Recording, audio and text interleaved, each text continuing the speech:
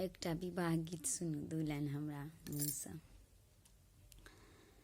जेहने किशोरी मोरी तेहने किशोर हे, विध न लगाओल जोड़ी केहन बेजोर हे, विध न लगाओल जोड़ी केहन बेजोर हे।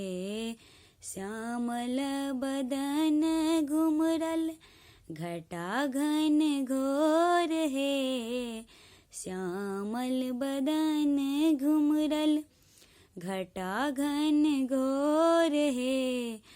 इमहर किशोरी मोरी पूनम इजोर हे, इमहर किशोरी मोरी पूनम इजोर हे।